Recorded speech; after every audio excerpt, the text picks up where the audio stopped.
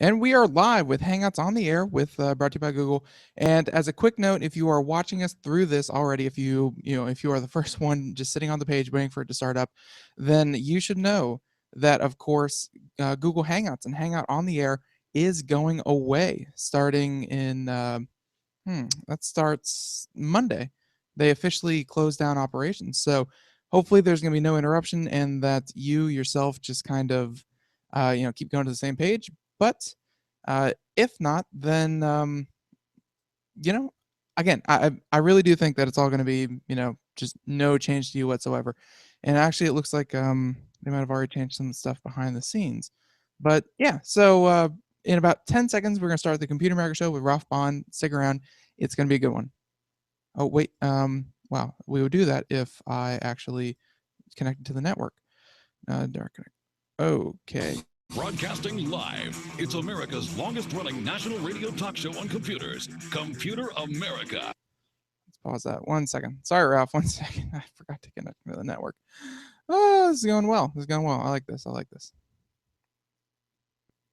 Built-in share. All right.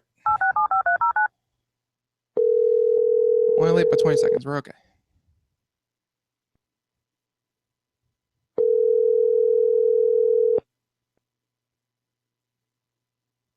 Your show now, press 1. Your show will go live in 5 seconds. 4, 3, 2, 1. And welcome into the Computer America Show.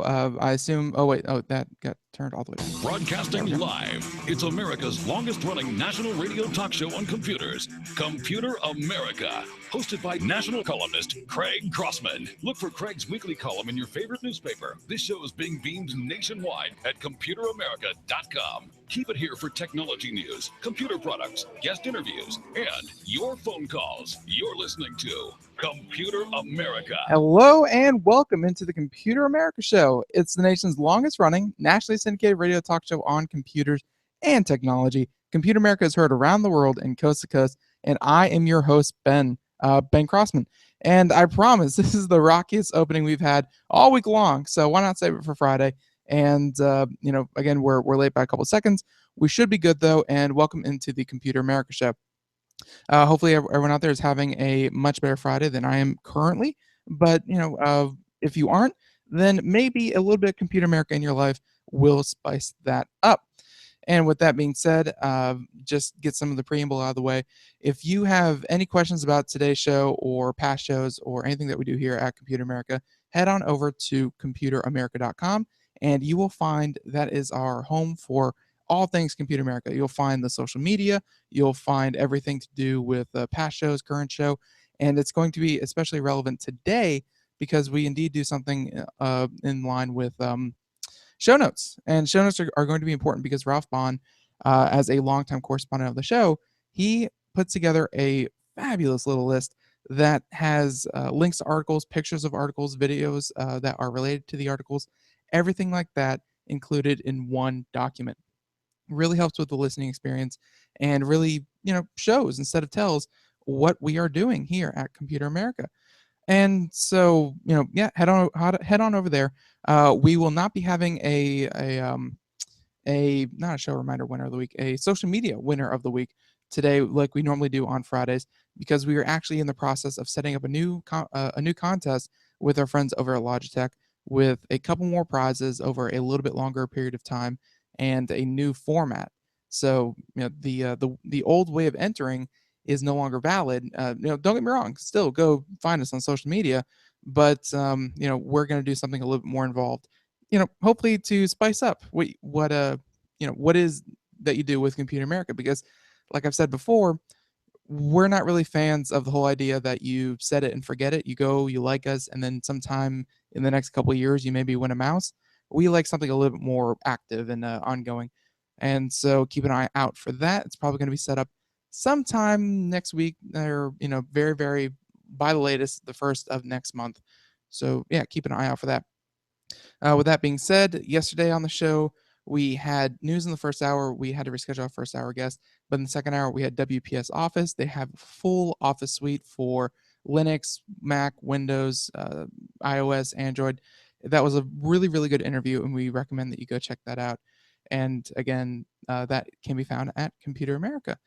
And, while I try to find any more fires I need to put out here because I am so good at what I do already, I say we just bring on our first hour guest. And our first hour guest, or actually our both hour guest, and that is, as I said many times before, I actually have Craig's soundboard here. Let me see if I can, I really don't know. I mean, I have all these sounds here that like that, and one of these is Ralph Bond, and I totally should have found that earlier. But okay, well, anyways, one of these is Ralph Bond, and he is, let's just do that one a little bit. Okay, so and of course that's Adele. But yeah, it's the old James Bond movie. So Ralph Bond is correspondent for the Computer America Show and the author of Family Computer Fun: Digital Ideas Using Your Phones, Movies, and Music by Q Publishing, and co-author of the PC Dad's Guide to Becoming a Computer Smart Parent by Dell Publishing.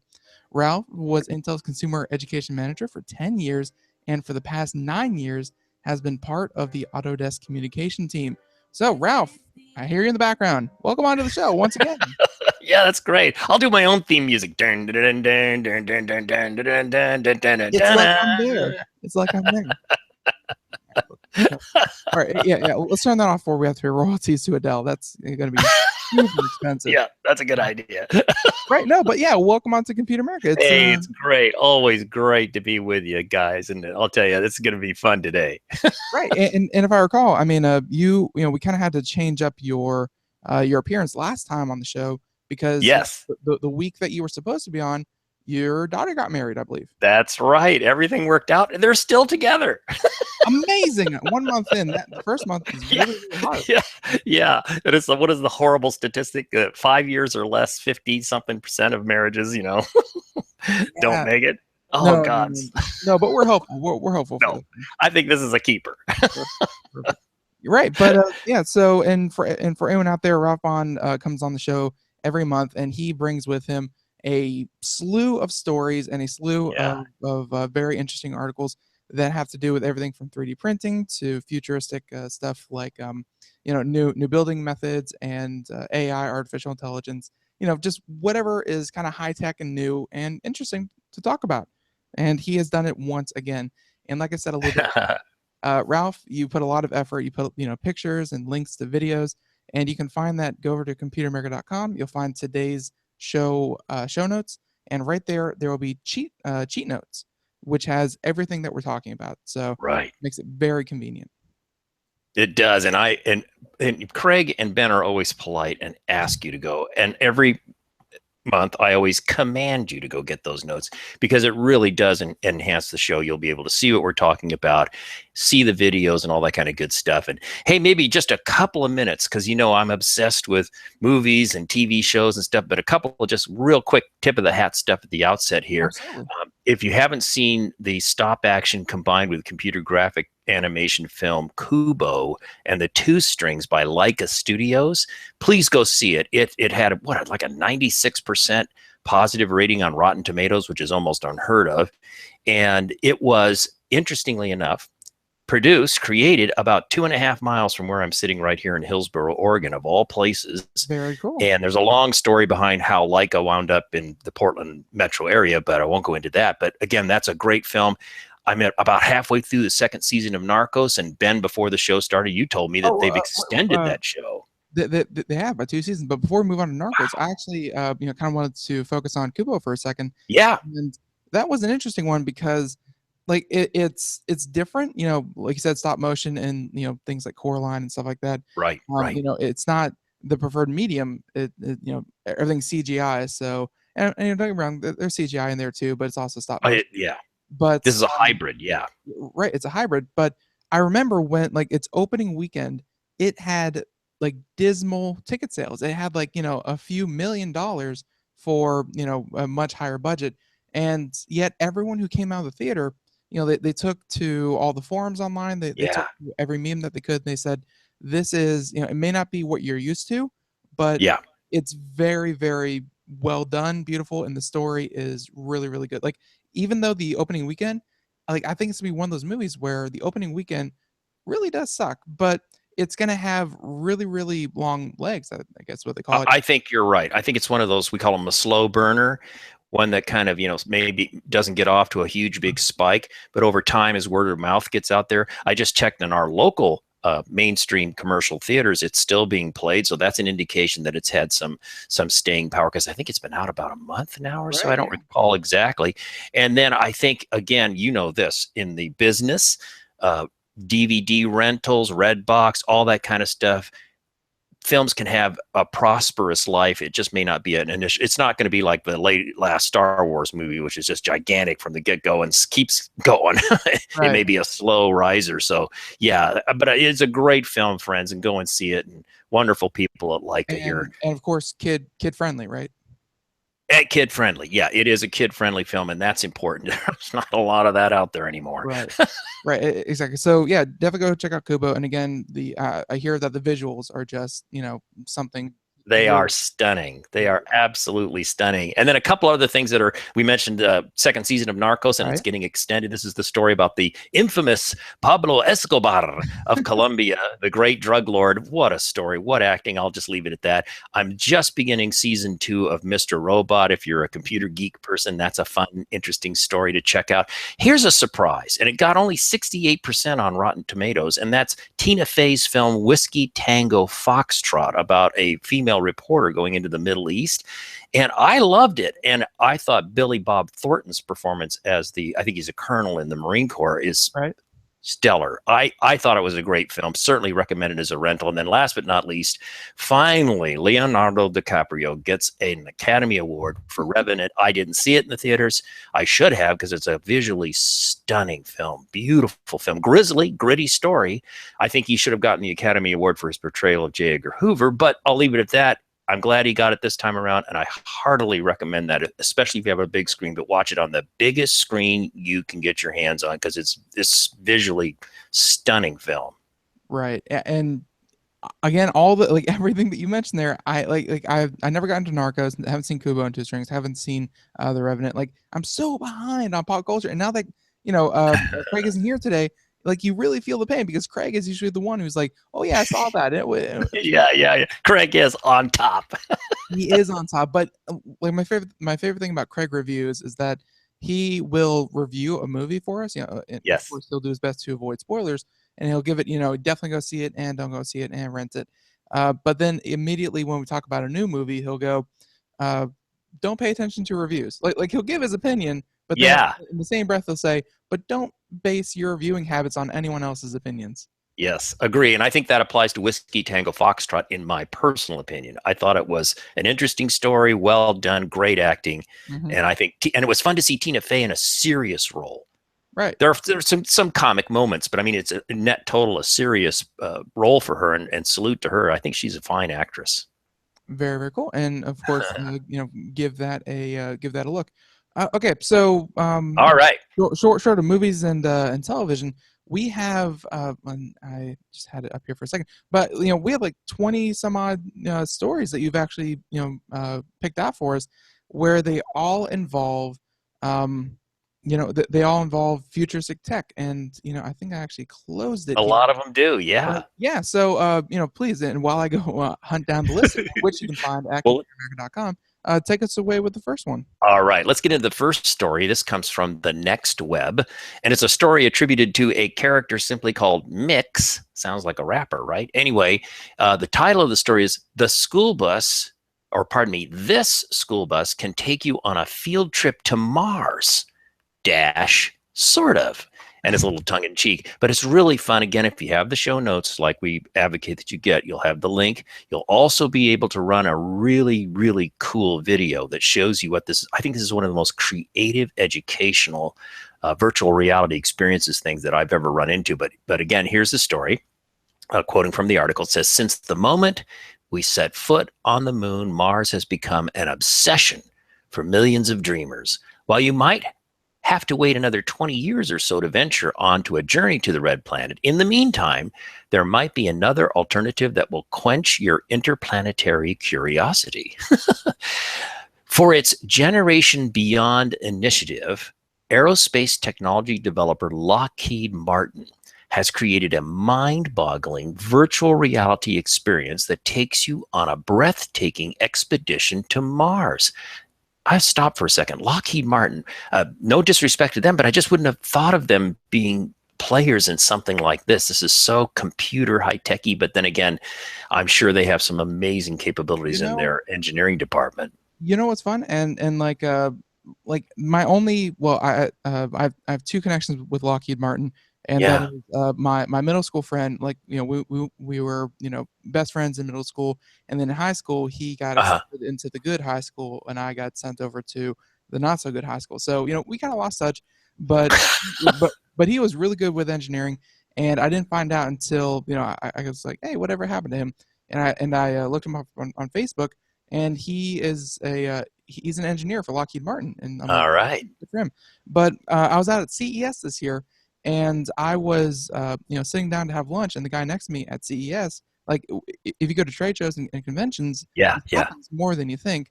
The gentleman sitting right next to me was a Lockheed Martin employee, and he was at CES hunting down new technology. And you know, they have thousands of employees, and they do thousands of projects. So, like, it really surprised me that they go into something like this. Oh, yeah, I agree. And it's a fun surprise. I mean, in a positive way, it's like opens my eyes and makes me rethink the image I have of Lockheed Martin. Is the military contractor, kind of the military and the older school aviation and so forth. So to have them associated with this is fun for me. But to go on with the story, it says, engineers at Lockheed Martin used innovative smart window technology to get this. Smart window technology, let that sink in, to convert a school bus, we're talking a real yellow school bus, into an improvised space shuttle that simulates the experience of taking a tour on the surface of Mars. To make the experience even more authentic, the bus was also equipped with a special surround sound system to accompany the visuals. What?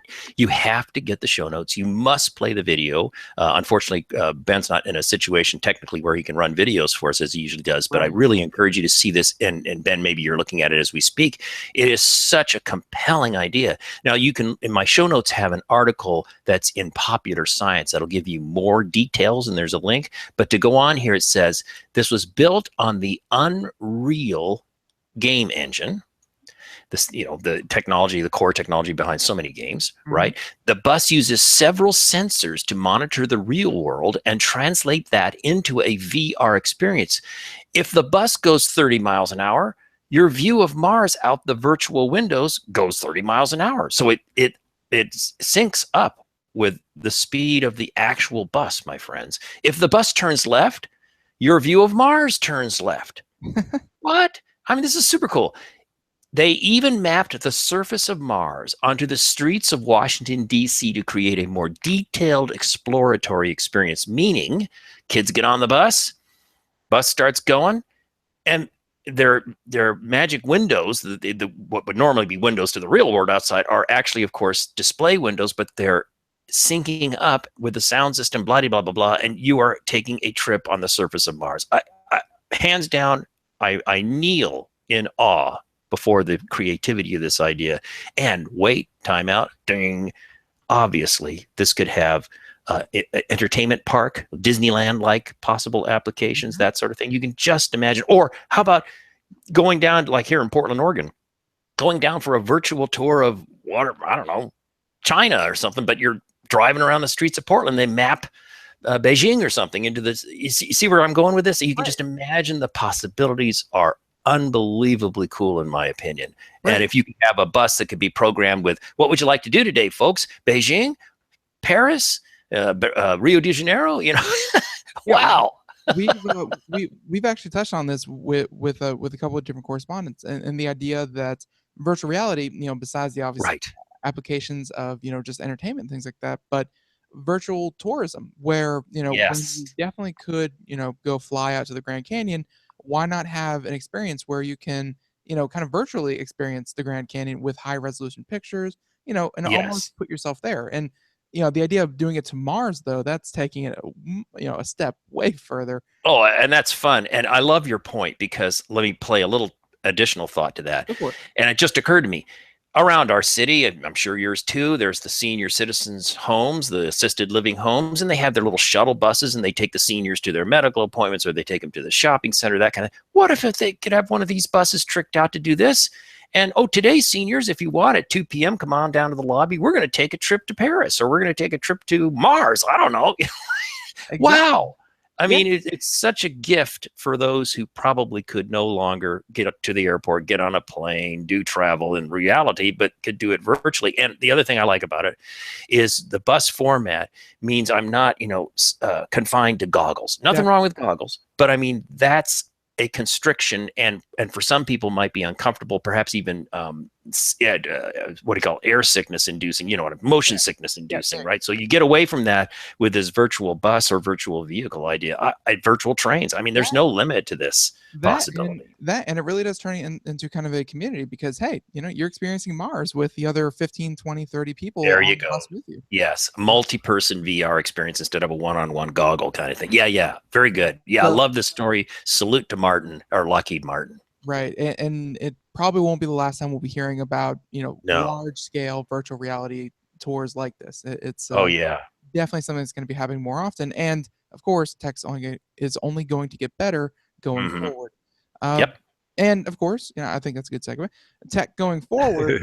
This is the first time that I've seen, kind of a high-end monitor. Like if you've seen any of the high-end monitors, one of the kind of thing that separates a $200 monitor and a $1,000 monitor is the idea of a curved screen.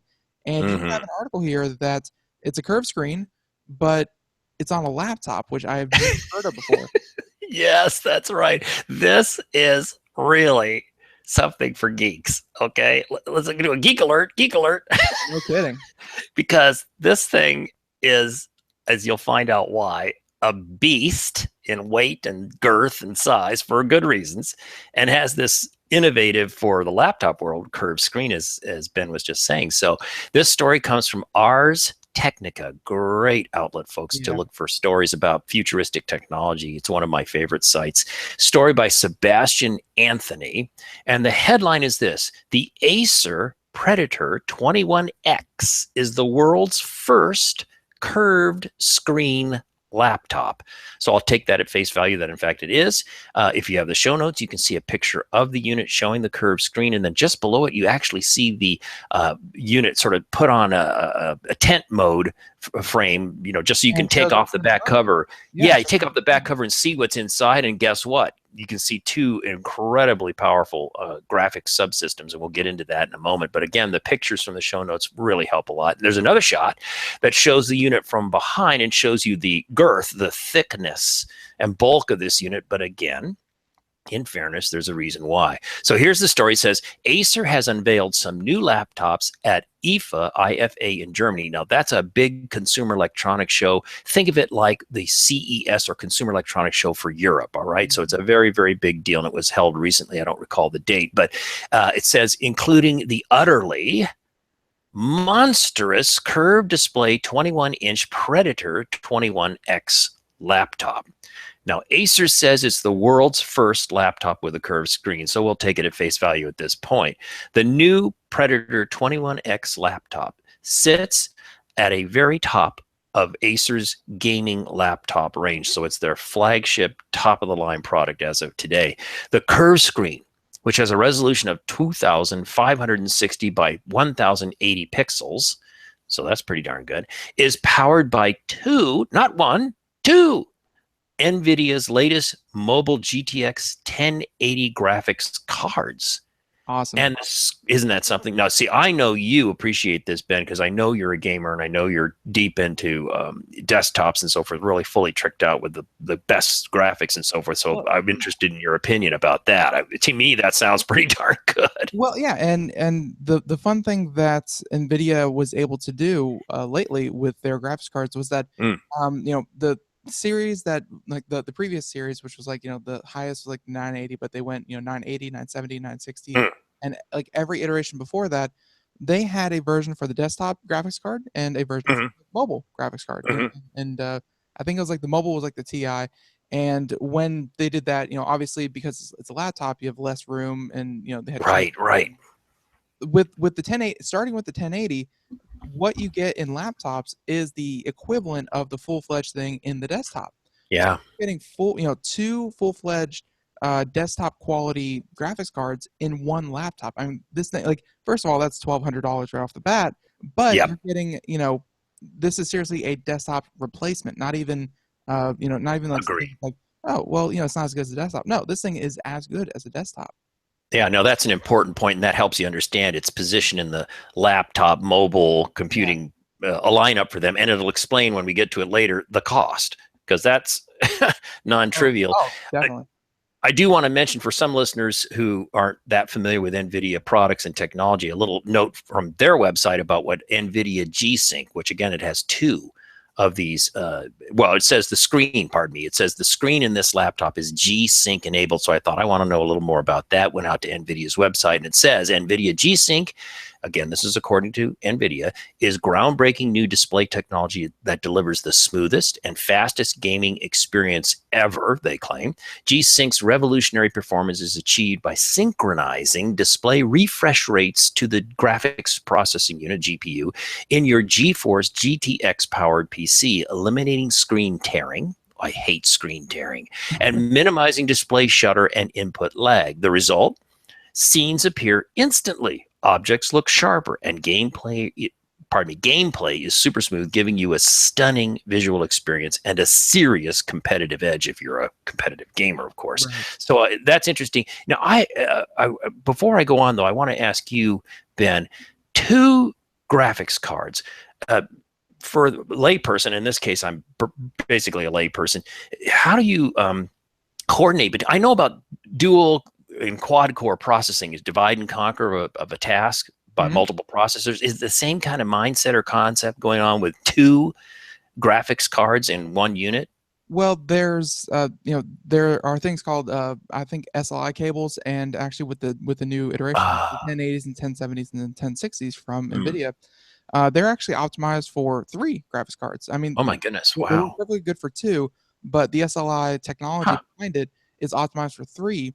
And it essentially just kind of pools all the resources at once and divvies up everything between the cards. So it's gonna run a lot better under high stress, and it's just like, to the end user, you're not going to experience anything but a better video game experience. Yeah, and like hyper-threading or multi-threading and multi-core chip processing, core central processing unit stuff.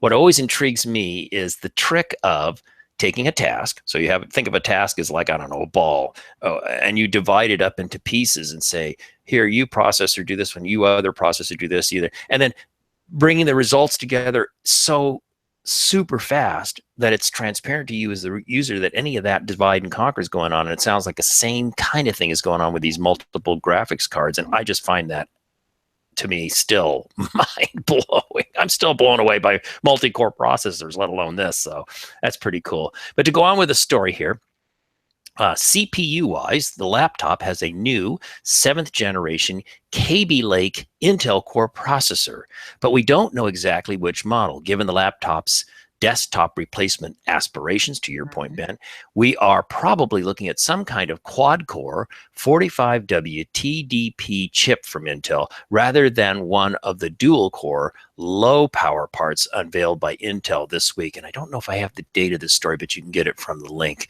as to when this was written. It says Intel isn't planning to release its quad-core Kaby Lake parts until the first quarter of 2017, which, incidentally, is when the Predator 21X Acer laptop is meant to go on sale.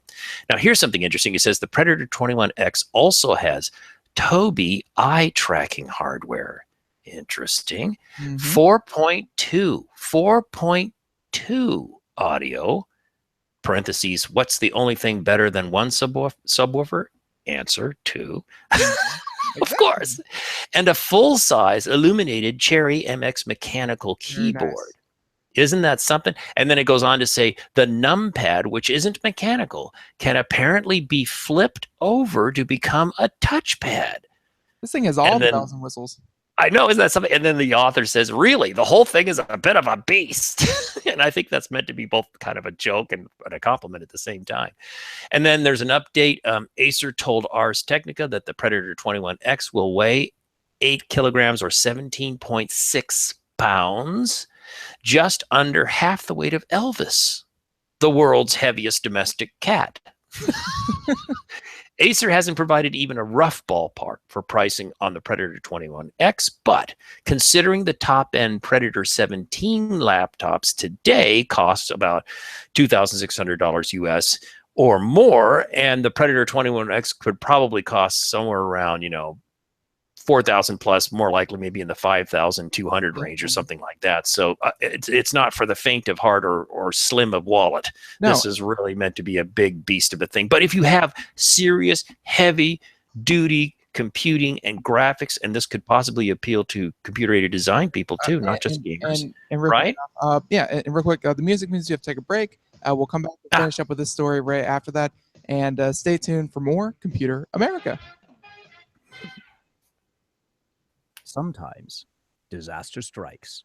Data can be lost due to many different reasons: accidental reformatting, power spikes, virus attacks. Zero Assumption Recovery provides a suite of highly effective and thorough data recovery software for Windows operating systems. ZA is suitable for home users and small businesses who need a powerful data recovery solution for Windows and Linux file systems. Go to z-a-recovery.com. Sometimes disaster strikes. Data can be lost due to many different reasons: accidental reformatting, power spikes, virus attacks. Zero Assumption Recovery provides a suite of highly effective and thorough data recovery software for Windows operating systems. ZA is suitable for home users and small businesses who need a powerful data recovery solution for Windows and Linux file systems. Go to z-a-recovery.com.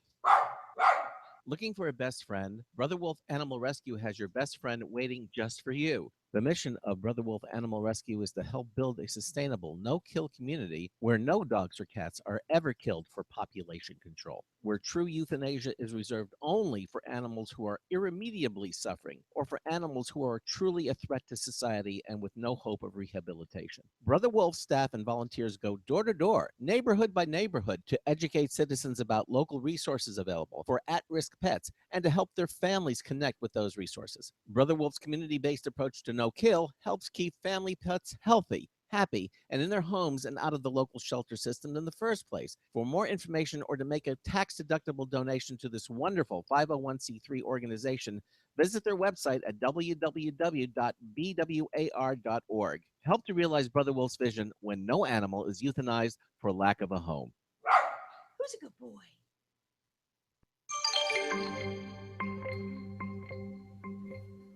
I'm Gary Kay at Tech 50 Plus for Computer America, and I'm having a senior moment. Self-driving taxis in Singapore. Uber bringing self-driving Volvos to Pittsburgh. Announces plans for a fleet of self-driving cars without steering wheels or gas pedals to hit the road by 2021. Yes, the age of the self-driving car is upon us. The 50-plus generation has mixed feelings. Some think they have better judgment than a machine. Others are just technophobic. But many understand that as we age and lose our reflexes and our eyesight, the self-driving car may be the best way to retain our mobility and our independence. Self-driving cars will be here. Don't oppose it, embrace it. But they won't come overnight. And for those of us who still enjoy getting behind the wheel of a fun sports car, don't worry, you won't be an endangered species for years to come. And that's my senior moment. I'm Gary Kay at Tech 50 Plus for Computer America.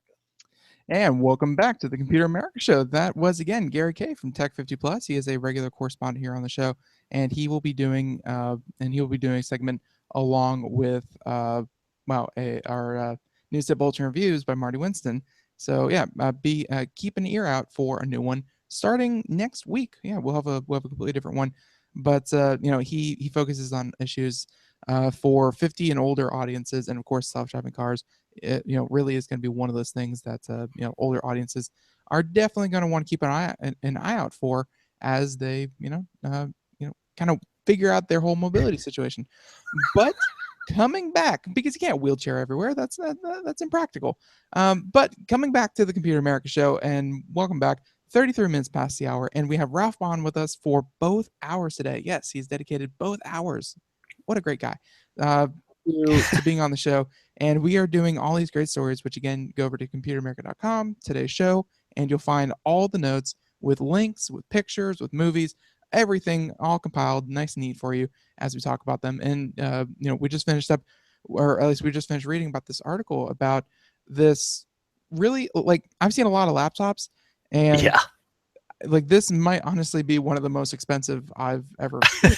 And when they said that, the aspirations for this are really going to be a desktop replacement, like they're not kidding. Like this isn't the laptop that you take to the coffee store. This is the that, and again, coming in at almost 18 pounds, you're probably going to put this on a desk somewhere and probably not move it for 6 months. Even if it's portable, you're probably not going to move it. That's right. It reminds me of a million years ago in a galaxy far, far away. The first personal computer I purchased was a K-Pro. A K-Pro. Well, that's not true. I had an Atari little thing that had a keyboard on it, but kind of don't count that one. The first one I used for business purposes, for word processing, was a K-Pro.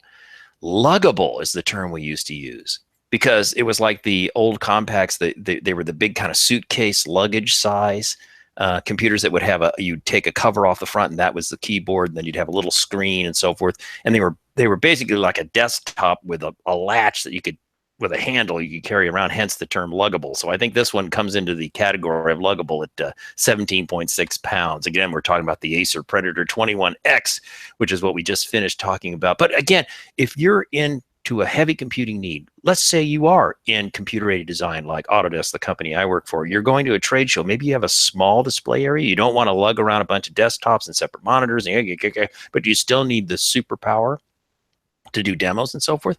Hey, this could be a candidate, even at almost 18 pounds. It doesn't kind of matter. It depends on what your needs are. And maybe super uber competitive gamers who also just want an all-in-one package, not have to carry around a separate monitor or box to their gaming events. Maybe this is for them too. Who knows? Right. Yeah, and one of the things that you should always keep an eye out for with laptops like these is that, of course, this is Acer's attempt at saying, this is the best that we can do. This is pushing the boundaries of technology and laptops. Right. And, right. What is $5,000 today is going to be, $1,500 to $1,000 to eventually $500 way down the road. And, Ralph, I was just, kind of want to get your feel on this. When you look at some of the things that are included, and of course there's premium things like the Cherry keyboard and 4.2 audio, but what do you make of the Tobii eye tracking hardware? Like eye tracking in laptops, that's something I know I've never seen before. I agree. I think that's something to do. I think that's really intriguing, and I would love to see this thing in action. That would be a blast. Maybe you can get them on the show. Wouldn't that be cool? And have them talk about this product. But I think the last time we had Acer on was actually last year during back to school. So it's gotcha. It would be good to get them back on, because I'm with you. The Tobii eye tracking hardware capability. That's I love that kind of stuff. And by the way, I just wanted to say I love Gary's Senior Moment series. I love that. It's such a great thing. And I'll take any technology that can help this rapidly. Well, maybe not rapidly, but ever sort of like steady, like MacArthur when he said, "Old soldiers don't die; they just fade." Oh. Way. That's kind of how my body is, so but I actually, as far as autonomous vehicles, the topic of his segment, right, I have mixed feelings. I'm all for technology to assist me, but I'm still old school. I still want to have my hands on the steering wheel. I still want to feel like I'm in control. But believe me, I'm very happy if there's car coming up too fast on your right, a sensor alert, or the backup cameras alerting you, oops dude, you're getting too close, or the self-parking thing, parallel parking. Bring it on. The stop assist stuff, anything to augment and assist me and to help me. But to replace me completely, I'm unless it's on a prescribed route. Example, because some of our technicians, some of our guys at Autodesk think about this a lot, by the way, interestingly enough. You're at an airport. and you have that shuttle bus that picks you up and takes you out to the parking lot, and it just does a repetitive trip over and over and over and over and over again. That I could see autonomous, completely autonomous, because there's no real variables other than being aware of someone running in front of the vehicle. I get that, but you get where I'm going, versus getting into a vehicle in the near future and just saying, take me to Mount Hood, Timberline Lodge, 70 miles away, and click the button and just sort of sit back. That still freaks me out. Well, that's because you live in the Pacific Northwest, and that's a beautiful scenery. You don't want to, you want to drive through that. You don't want just want to wait like a bus stop for that. No, I guess. Well, this is true. But anyway. But anyway, this is a topic that we've definitely explored before. But yes. like he said, like Gary K said, in that moment, and like we've seen with legislation, you're going to get your wish. And the first inklings of an autonomous car are going to be like Tesla's autopilot, where you're going to be, you're going to actively be driving, like your hands on the wheel, be alert, and but everything's right. So I think you're going to get your wish. I really do. I like hybrid. I often, in fact, sure. You know what, Ben? I think a lot of technology's path, this expand this topic out, because you and I and Craig have talked about augmented human exoskeleton technology. Mm-hmm. People are so obsessed with autonomous robots, humanoid robots, and you'll see how this links together. I really think what's truly interesting and truly doable is the hybrid human augmented with an exoskeleton that suddenly makes Ralph, a 64-year-old guy, soon to be 65, able to lift 500 pounds or something, right? Or to do work that I couldn't do in my age normally, blah, blah, blah, blah. It's that augmented technology versus trying to drive yourself insane, creating a super artificial intelligent robot, humanoid robot. I'm not against that, but you see where I'm going? Right. So for me, autonomous driving, not full autonomous, augment me. Like the driving version of exoskeleton. That's where I'm at. Definitely. I've already seen the arguments pop up. And of course, what are just weird arguments online, eventually become debates of the future. But the arguments are, what happens when augments that you're describing become desirable, kind of designer or, mainstream, where, you could have a basic, right hand, but what if you chopped it off for a robot hand and you could lift things and you could, have, connected arms that could, kind of like a control pad from your arm. Like what happens when, like right now in the medical field, it's just for amputees. It's for, people who are missing limbs. What happens when the limbs that are technology based are better than our natural limbs? Are people going to start losing body parts just to become? Well, you raise another really sort of sci-fi intriguing thing. And for another day. Yeah. Yeah, it is. It's a great topic. And so is the next topic about graphene in vehicles. Graphene is one of those things, and I always like graphene because it's one of those materials that has been on the verge of hitting consumers for the last 10 years. And it's like graphene's going to revolutionize batteries. It's going to revolutionize space travel. Like it's going to do everything for everyone, but it never makes it into any consumer products. And this one, not really consumers. I mean, it's but at least it's out of a laboratory. Well, yeah. And then the story we're talking about, folks, is from an outlet called The Manufacturer, a story by Fred Tung. And the title is BAC Mono delivers UK first for graphene in vehicles. And of course, we have pictures and the link in the show notes. Please go get that. Kind of a cool looking, sort of a Batmobile looking thing from the front end. Anyway, the story says UK supercar manufacturer BAC has become the first vehicle in the world to develop, or automaker, it should say, has become the first automaker in the world to develop a car which utilizes graphene. The car utilizes panels made from graphene, a man-made material that is reportedly 200 times stronger than steel, but much lighter. What? 200 times stronger than steel, but much lighter. That's the promise of this.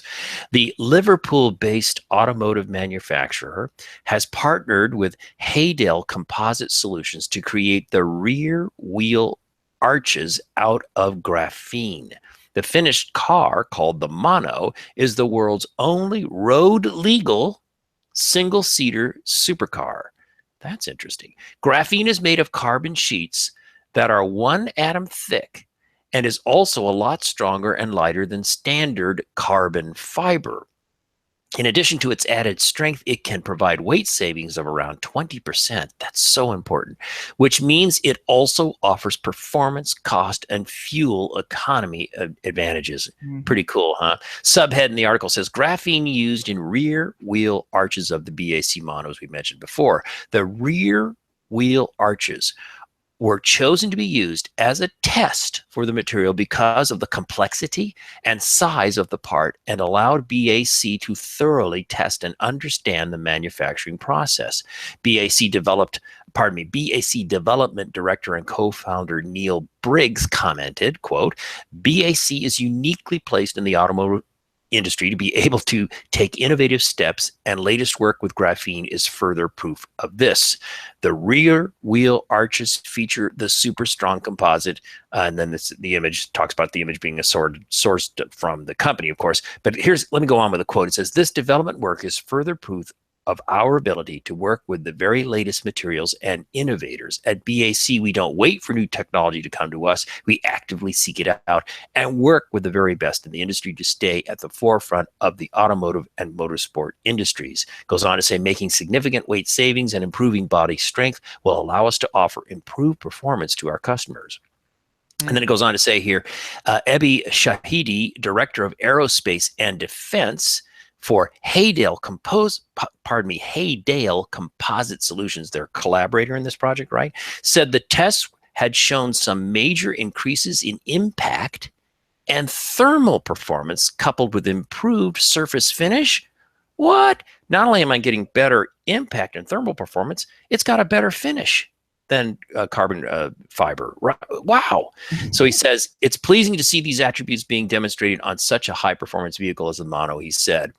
Closes out here, more quotes. We look forward to collaborating further with BAC and delivering even higher performance materials and components to increase the performance of this exciting vehicle.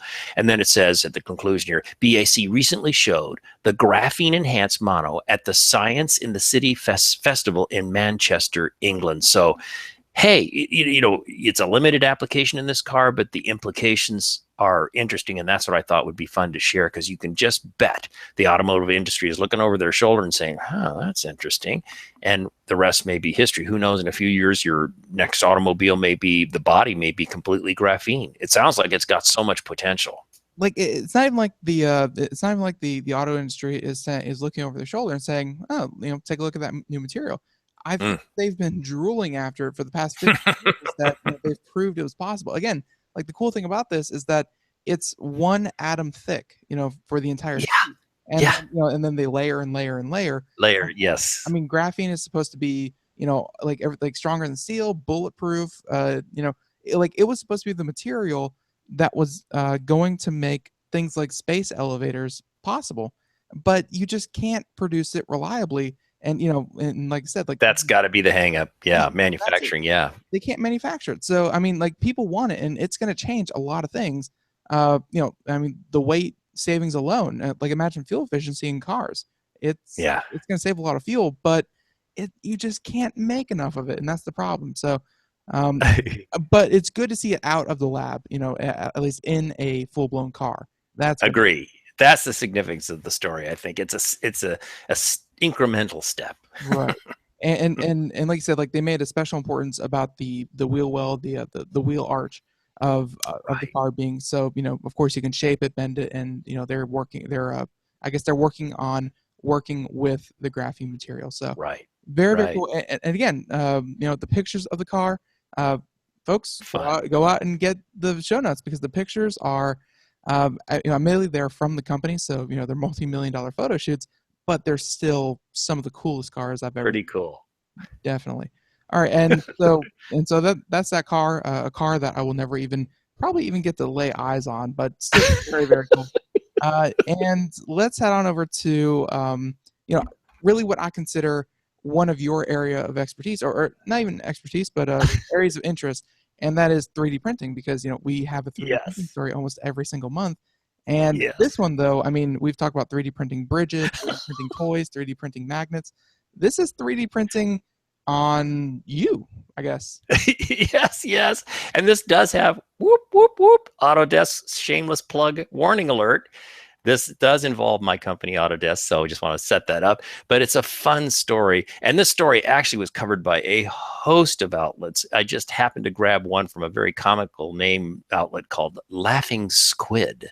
You got to love that. Story by Lori Dorn. And again, it's a story that was really all over the world, as you can imagine.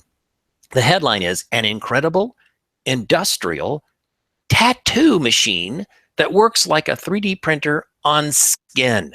And friends, you really should have the show notes, because there's an image and a link to a video that's a blast to see. And it talks of the video has world's first tattoo by industrial robot. And you really should see that. Before we get in this article, and before people watch this, let's and again, like you said, this is by this was involving Autodesk, but just you, Ralph, obviously you put a lot of trust and faith into the company that you work for. But how comfortable would you be with a robot which has, short of any kind of sensors, has no really care in the world that your skin is 1 inch deep or 2 inches deep, or it cuts it right to the bone? Like how, and like I'm looking at the picture here, like that's a full-blown production mechanical arm. Like, let a needle wielding mechanical arm near your body and be like the first one to do it? Yeah. I mean, they're all very valid questions. I have not seen this personally. I'm not a tattoo guy anyway, so it wouldn't be something I do by human hands or mechanical hands. But you're right. I mean, I'm sure these guys obviously that's a leap of faith. Had to figure this out. That's a leap. And there's a bit of a leap of faith in here. And it's a couple of French guys here. So I'll get on with the story here. Pierre-Emmanuel Meunier and Johan da Silveira, butchering the names, I'm sure. Two friends and artists in residence at Autodesk's Pier 9. Now, Pier 9, San Francisco, think of San Francisco, folks. Think of the Embarcadero area, which was in the old days, the piers that went out for all the ships that would come into San Francisco and unload their cargo. And it's sort of like a zone along the bay where you have these other peers. Well, of course, in modern era, the shipping industry in that capacity is outgrown those very narrow channels. It was originally, I think, probably made for sailing ships at once upon a time. Anyway, blah, blah, blah, blah. Autodesk took over part of Pier 9 and created this wonderful kind of experimental maker facility, I guess I'll call it. And it involves a lot of 3D printing and other experimental things going on. And that's what is the Autodesk Pier 9 reference. There's a link in the notes. You can check it out.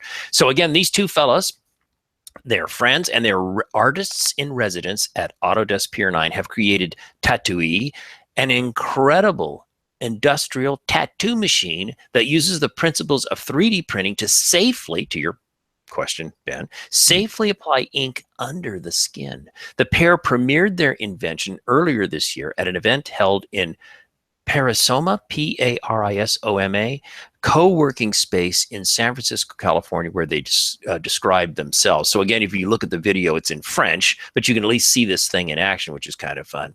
And then a little bit of information. It says they're graduates of the major schools of arts and design, ENSAPC, École Nationale, blah, blah, blah, Arts, Paris, blah, you can read it, and ENSAD, another outfit. And after a stay at one of the institutions, they met in Paris, and they said they have now been invited by Autodesk to participate in the Artist in Residence program at Pier 9.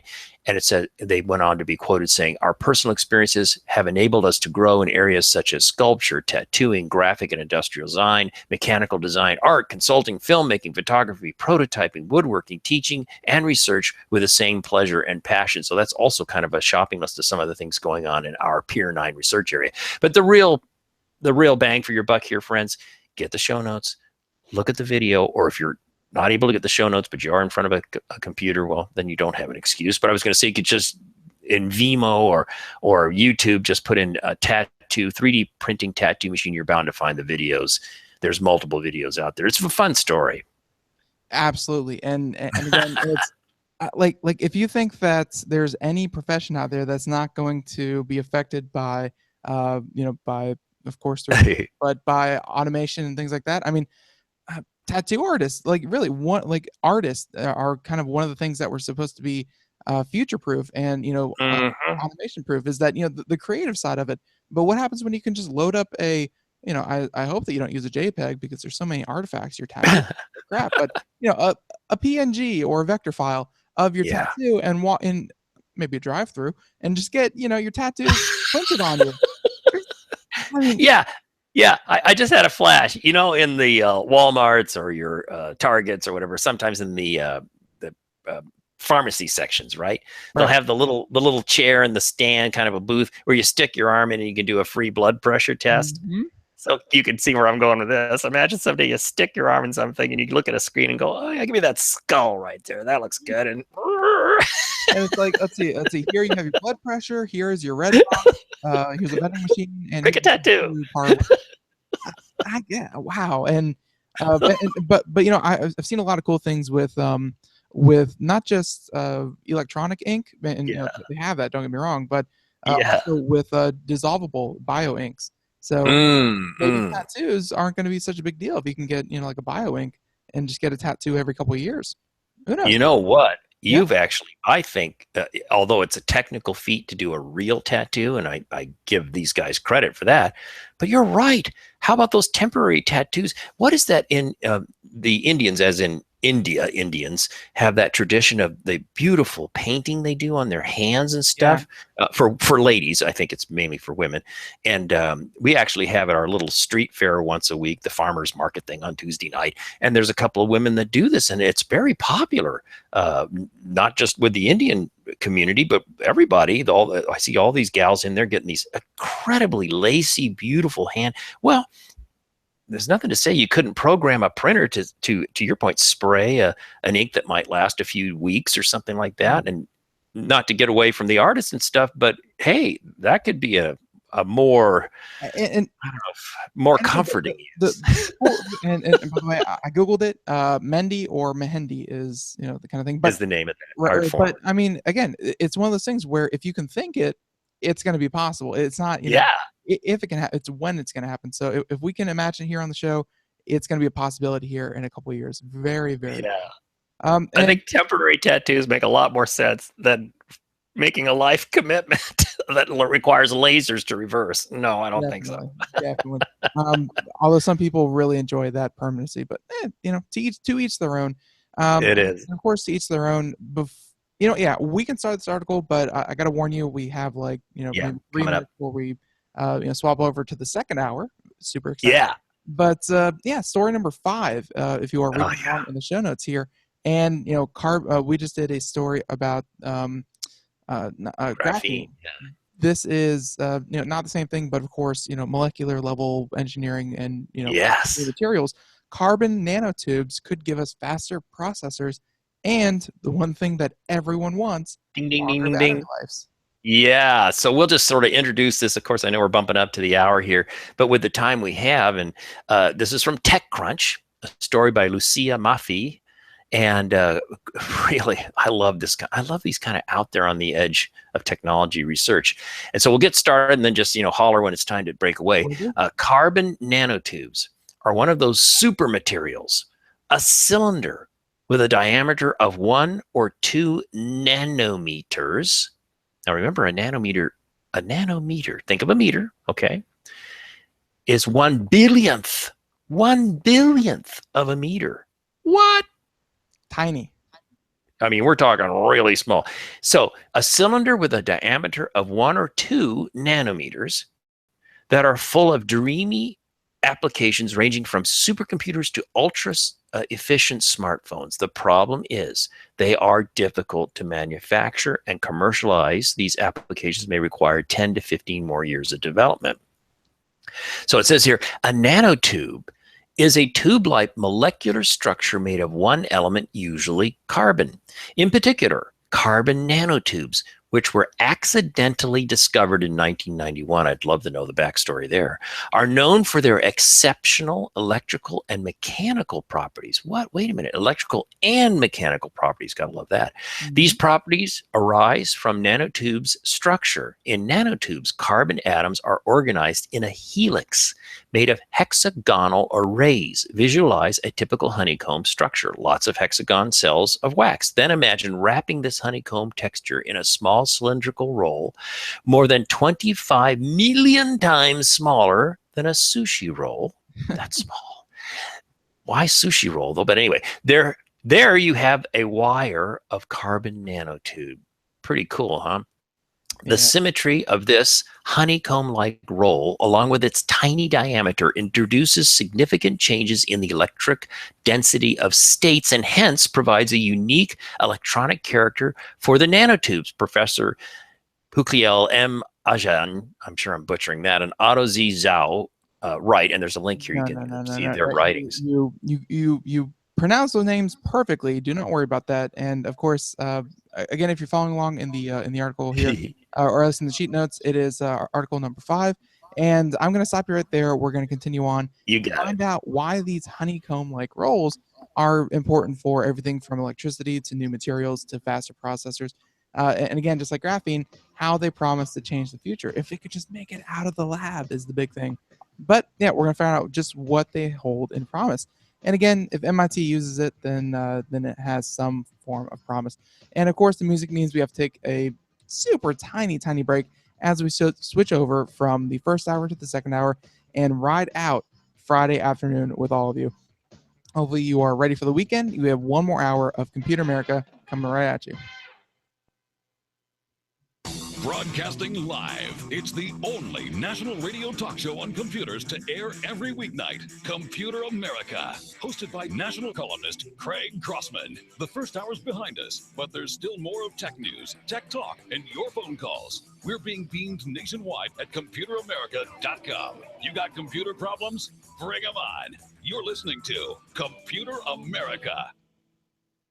Computers run the world, and we run computers. Call us or send us an email to live@computeramerica.com. Hello and welcome into hour 2 of the Computer America Show. It is, we have a great show for you here. If you are just joining us, check us out at computeramerica.com and you will find everything from past shows, current show, and of course, show notes for what we are doing here today. And if you are coming back from the first hour, then hey, thank you for sticking with us as we ride out this beautiful, beautiful Friday. And by the way, I say beautiful Friday because I'm looking out the window. Birds are chirping. There's kites in the air. I mean, it's like I have a freaking rom-com. It's not pretty, and it's so pretty. It's not pretty, but yeah, no. I hope all of you are having a great day. And as it was with hour 1, Ralph Bond joins us from Autodesk as we continue on doing all these great stories that he's found over the course of the month. And and again, they vary from futuristic technology to new products to new research. Just things to get your mind going and to really start thinking about, hey, what is really interesting in the world of technology? And again, Rafan, thanks for sticking around with us. And we kind of had to stop you there by, the article did a really good job about explaining, just what carbon nanotubes are. But now the exciting part, what are they used for and what can they improve? Exactly right. So we'll pick up on this story, picking up where we left off. It says the potential for applications of, and they're referring to these carbon nanotubes we were talking about before the break, is huge. MIT researchers, for example, developed a wearable toxic sensor based on a circuit loaded with carbon nanotubes. And there's a link in the show notes that'll take you to that information, right? In a world where computers have to run faster at lower energy, carbon nanotubes promise better performance than silicon as a microtransistor. Let that sink in. Let that sink in. Carbon nanotubes promise better performance than silicon as a microtransistor. Bob Noyce at Intel, one of the founders of Intel, had the famous, Noyce's law about every year and a half or 2 years, the number of transistors would double on a chip and all that sort of stuff, right? Or pardon me, Gordon Moore. I'm mistaken. Gordon Moore's law. Moore's law. At any rate, this may help, perhaps, possibly continue that law on, maybe, or if nothing else, make them so much better performance and so on and so forth. So it is profound. So there's a quote here. It says, quote, carbon nanotubes are excellent candidates to complement silicon. Now here they're not saying replace, but complement. Said, oh, here's another one of these names, Subharish Mitra, Associate Professor of Electrical Engineering and Computer Science at Stanford. Now Mitra, the fellow from Stanford we just quoted, and his Stanford colleague, H.S. Philip Wong, a professor of electrical engineering, are working with IBM and other collaborators to develop a new generation of computers that have processors based on carbon nanotubes. Wow, exciting, right? Their goal is to build a prototype of a computer that works with carbon nanotubes and show improvements in energy efficiency. And then it has a quote here from Mr. Mitra. Says if you replace silicon transistors with carbon transistors, the margin of energy efficiency improvement could go up to 1,000 times. Not bad. Wow. Not bad. Not bad is right. Not 10%, not 30%. I mean, 1,000 times. I mean, it's no energy saving mode, but it's something. I mean, I'm not going to marginalize what they're doing there, but 1,000 times, yeah, I'll take it. I'll take it. I will take it. Smartphones are computers too, Mitra noted. Quote, you can have a smartphone that has the computational capability of an ideal Watson machine. You can even have situations with millions of sensors collecting data. Segue here, of course, the infamous Internet of Things, right? So again, the quote is, you can even have situations with millions of sensors collecting data, and the smartphone can do massive computing on that. If you can offer a massive computer capability, Mitra said, people are going to pay for it. This new generation of smartphone could be 30 times faster than today and would only need one charge a month. Wow. Wow.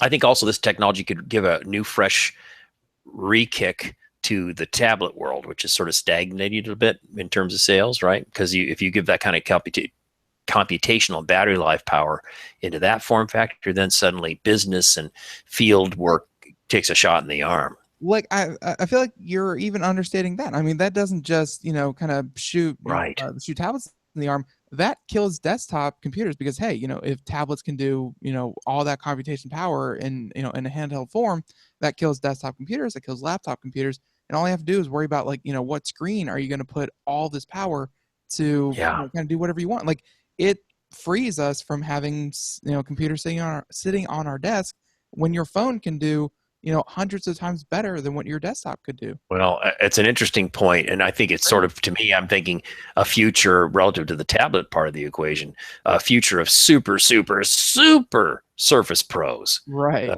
That kind of concept, right, where there's this screen that sometimes has a tactile keyboard associated with it, sometimes doesn't, blah, blah, blah, blah, blah, blah.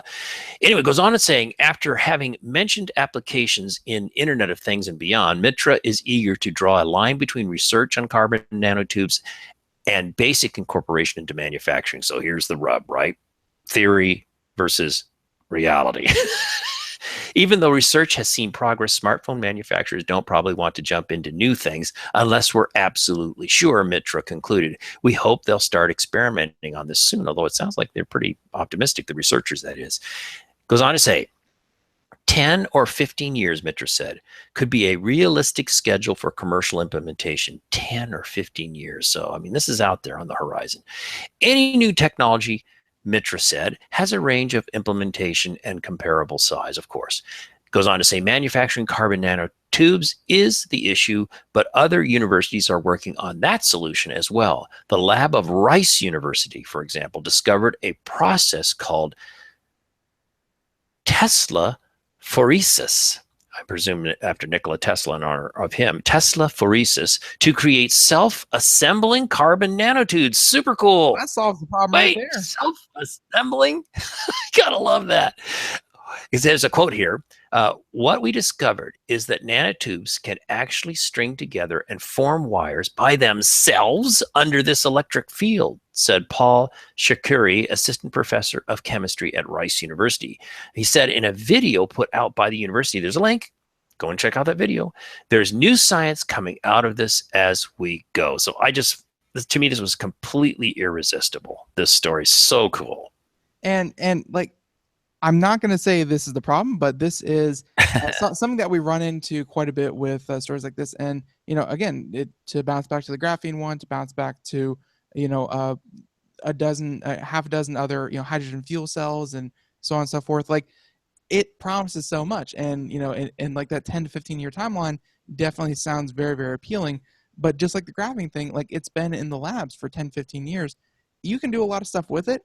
It's just making enough of it to, and economically where it's not, oh, yeah, you could get a tablet that you have to charge once a month, but it's going to cost you a home loan. Like, where you can reliably manufacture these things on a large scale. That's what they need to come, overcome. Yeah. And oh, yeah.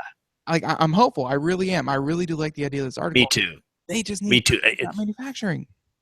It's trippy. It's trippy stuff, and you gotta love it.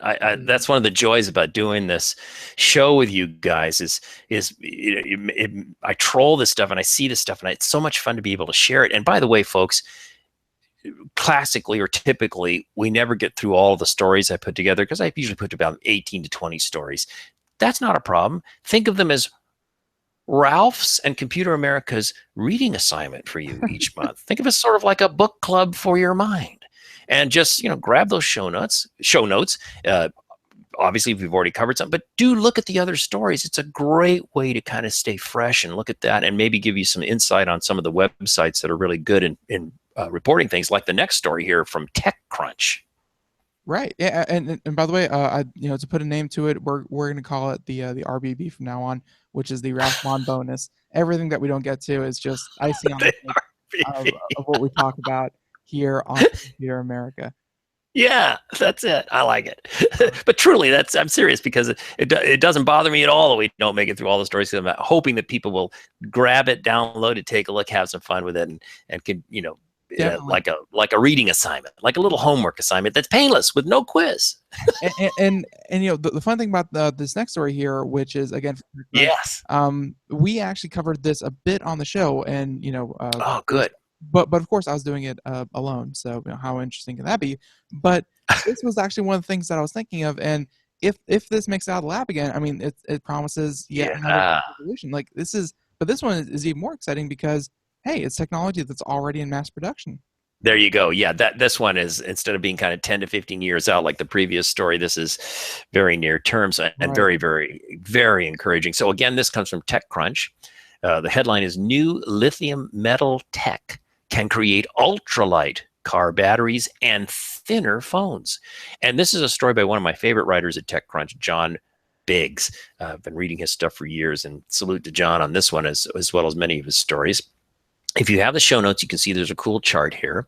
And so here we go. It says, soon, cars, drones, oh yeah, phones, and almost anything with a battery are about to get a boost from a new MIT spinout. There it goes, Massachusetts Institute of Technology, MIT spinout, called Solid Energy Systems. The company promises to double the battery life of basic lithium-ion batteries and will also offer smaller batteries with the power of bigger cells. You can't go wrong with that equation. No, you can't. Right? Double the life, smaller the size. Where do I sign up? So he goes on to say, why is this technology important? Well, I immediately see why, but that's okay. Because it is better than current battery tech and can maintain an energy density of 400 watts per hour. Is that right? I know I have the definition. Here we go. Watt hour per kilogram. That's what it stands for. So a density of 400 watt hour per kilogram. This is where Craig would be helpful, although I'm sure you may know all this too. It's non-flammable, and it can be manufactured inside existing factories. In short, think of it as, I'm paraphrasing, think of it as lithium ion 2.0, the next generation, right? Exactly. So here we go. More on the story. MIT's Kahacho Hu. Again, I'm sorry, friends. I butchered these poor men's They're names. tough Men names. and ladies. To be fair, they're tough names. I know, and it is remarkable. It shows you the global diversity of our brainiacs in our institutions here in North America and elsewhere too, of course. Anyway, Kichio Hu founded the company while at MIT and spun out the technology in beta last year. The full origin story is pretty cool. While working as a postdoctorate in the group of MIT professor Donald Sadoway, a well-known battery researcher who has developed several molten salt and liquid metal batteries, HU is how it's spelled, helped make several key design and material advancements in lithium metal batteries, which became the foundation of his company's Solid Energy. One innovation was using an ultra-thin lithium metal foil for the anode, which is about 1/5 the thickness of a traditional lithium metal anode and several times thinner and lighter than traditional graphite, carbon, or silicon anodes. That shrunk the battery size by half. But there was still a major setback. The battery only worked at 80 degrees Celsius or higher. That's unfortunate. That was a showstopper, Hughes said. If the battery doesn't work at room temperature, then the commercial applications are limited. Hugh, I mean, go ahead. Of course, I'm gonna Google this real quick because I'm really good with my metric to imperial conversion. Oh yeah, so 25C is about 85 degrees Fahrenheit or something like that. I'm at 21C right now in my workroom here, and I think that puts me. I've forgotten now. I'm terrible with that too. Right. Like the only metric I know is that 100 Celsius is boiling, so 100 is 212. So 80 degrees Celsius is pretty darn hot. 176. So that's there you go. This is for like devices like phones and tablets. You don't want to be holding a 176 degree phone and tablet. No, I don't think so. So that is a challenge. Okay. So Hugh developed a solid and liquid hybrid electrolyte solution. He coated the lithium metal foil with a thin solid electrolyte that doesn't need to be heated to function. Ta-da! He also created a novel quasi-ionic liquid electrolyte that isn't flammable and has additional chemical modifications to the separator and cell design to stop it from negatively reacting with the lithium metal. I mean, I'm sure. To be fair, who hasn't gotten drunk on a Saturday night and created a novel quasi-ionic liquid electrolyte that is? Why, sure. It's that's grade school chemistry, right? Yeah. I think not. There's a lot of big words in there. Wow. So, to go on here, it says the end result was a battery with energy capacity perks of lithium metal batteries, but with the safety and longevity features of lithium-ion batteries that can operate at room temperature. Combining this, it goes on to quote here from Mr. Hugh, combining the solid coating and new high-efficiency liquid ionic liquid materials was the basis for Solid Energy, his company, on the technology side. The company raised $12 million last year and is going to market in November of this year. Not bad. They'll be releasing cell phone batteries first in 2017 and then move on to car and drone batteries in 2018. What a boon this would be for drones, right? They've begun manufacturing in Woburn, Massachusetts. I hope I'm saying that right. Woburn, W-O-B-U-R-N, Massachusetts, in a factory big enough to house the wings of a Boeing 747. So hooray, it's going to be made here in the USA. Gotta love that. I just love that. And then there's an image in the show notes showing a comparative size of a typical iPhone battery as compared to what the same output capability would be with their solution. And you can see it's like basically 50% the size. That's pretty darn cool. I love it, love it. And I think one of the cool things here is to recognize that it's not even like the ideal condition, or it's not even the ideal final result of the product. Like ideally, you would have a fully solid battery, and you would somehow learn to mitigate 176 degrees. But right, this is a mix of old technology and new technology where it works, but it's like the step in between. So, but this is exciting because, of course, like you said, November of this year, like it's it's gonna, of course, they aren't gonna sell it to consumers, but maybe the new Samsung phone, maybe a new iPhone, maybe a new whatever cell phone that you could buy Yeah, is gonna right. is gonna be able to support that 24-hour battery life. Something that Yes. everyone wants. Yes, and as the story itself pointed out, the potential for drones is huge. I Oh, mean, yeah. what a huge thing! Because obviously, weight is in any airborne vehicle of any kind. Weight is a big issue. Boy, I'll tell you Have you that's been following the whole? I don't want to say kerfluffle. The whole thing about droid, droid, drone. I'm looking at a picture of a phone. I'm like droid. No, drone delivery systems that Amazon and other companies are. Oh yeah, off and on. Yeah, yeah. And of course, the big thing recently was the end of last month was when the FAA, our Federal Aviation Authority, I think that's the right acronym, FAA. Anyway, released their rules about commercial drone usage, opening the door for many more people than ever before to be legal drone pilots for commercial purposes. So that's a huge thing. It doesn't relate necessarily directly to Amazon, but of course, in the Amazon thing, I think in last month's show we talked about how Amazon, because of the United States requirement that you have to have eye contact, they were doing the work in England and other countries where they don't have that limitation, if you want to call it that. Although I appreciate our government's concern that you don't have eye contact with your drone. But anyway, yeah, no, I have been following that whole story area. I mean, there's a dream out there, and it's a good dream that you could come home from work one day and you're tired, and instead of ordering a pizza and waiting for it to be made and driven, that instead you have drones hovering above your neighborhood with pre-made pizzas, drop down and to the hungry citizens below.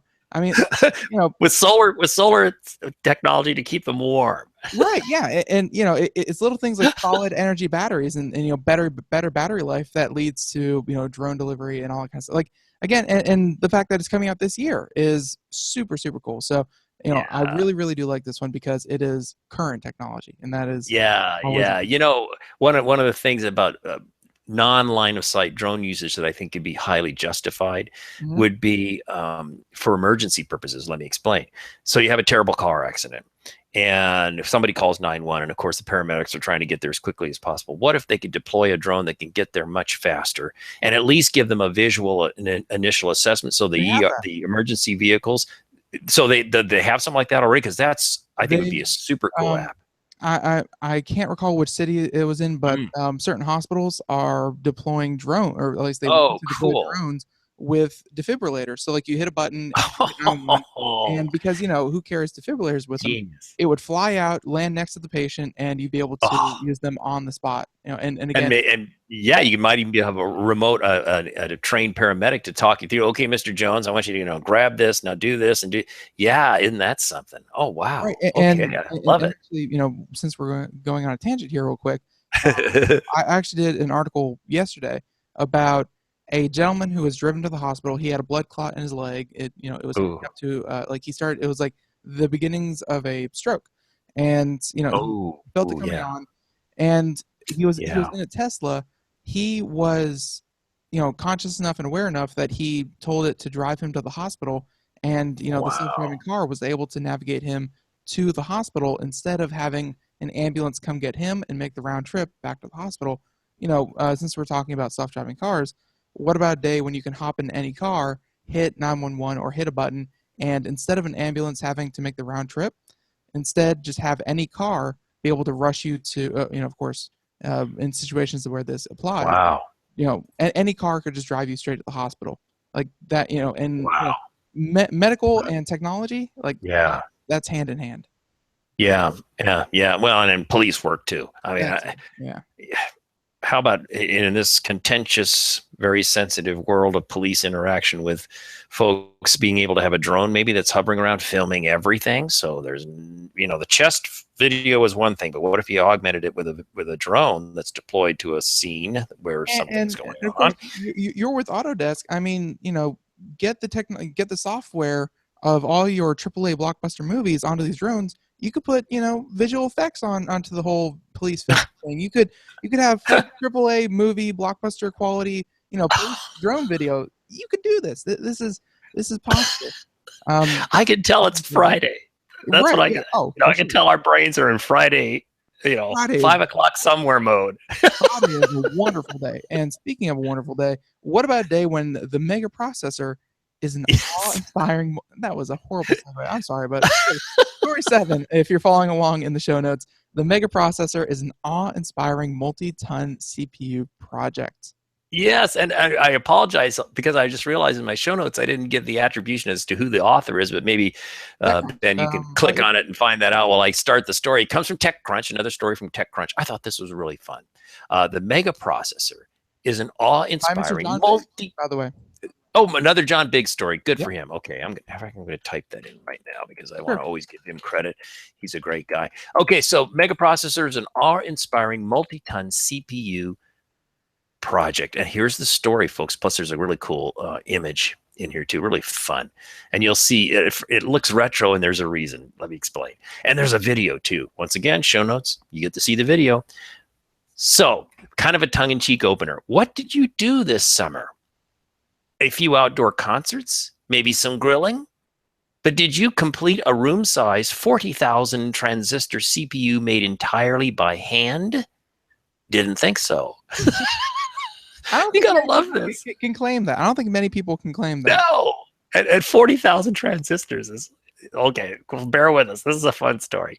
James Newman wanted to create a CPU that students could use to learn about computing. He realized he needed to use transistors, but instead of embedding thousands of them into a chunk of silicon, he hand-wired full-sized transistors onto a series of complex boards and created a life-size CPU that can play Tetris. He announced completion of the project last month, and he's posted an entire build record video for your geekification. Love that, for your geekification. Looking like a cross between Abbey Road Studios and Epcot Center, the CPU fills a room and displays its output onto a massive LED board. The project took 2 years to build, and it flies at 20 kilohertz. 20 kilohertz. You can try out. Yeah. No, this is not cutting edge performance, but it's a proof of it's to help kids understand the essential principles of transistors and accumulations of transistors to work out logic, right? Work out operations, Boolean operations, et cetera, et cetera, et cetera. So it says you can try out the emulator here. There's a link. Go check it out and check out the entire project here. Another link. So here's a quote from Mr. Newman. He says, computers are quite opaque. Looking at them, it's impossible to see how they work, wrote Newman. Goes on to say, what I would like to do is get inside and see what's going on. Trouble is, we can't shrink down small enough, meaning us as humans can't shrink down small enough to walk inside a silicon chip. Certainly not. But we can go the other way. We can build the thing big enough that we can walk inside it. Not only that, we can also put LEDs on everything so we can actually see the data moving and the logic happening. It's great, a great instructional tool, right? And it says, it concludes here, the resulting project is amazingly complex and surprisingly beautiful. I agree. Well, I'm a geek, therefore I think it's beautiful. Again, perhaps we should have slowed down with the rows and hot dogs and whipped out our soldering irons. He's talking about what did you do this summer instead of, looking outside and going to a hot dog grill. Should have whipped out your soldering irons. Newman is making us all look bad, which is kind of, again, the tongue-in-cheek thing. What did you do this summer? Well, check what this guy did. And it is fun to see. The pictures are worth a billion words. You've got to check this out. And the video is a hoot and a half. And salute to him for making something that can really help students understand what otherwise is a completely invisible, magical world of looking at a computer chip, right? I love it. I thought it was super cool. Well, yeah, and we were talking about nanometers with the carbon tubes, the carbon tubes, and they're mentioning that 1 nanometer was like a one. I don't want to say 1.3 billions, but it was like something crazy. No, 1 billion. Oh, a nanometer is 1 billionth of a meter. Yeah. Right. Yeah. And so of course, that gives you this scale of this thing, and I really like this idea because when you think of a computer chip, he, of course, he spent his summer doing 40,000 transistors. I gave a quick Google search, and Ralph, let's quiz you real quick. Let's take the highest end Xeon processor currently. Oh gosh, how many transistors? And again, this is like the best of the best right now, by Intel at least.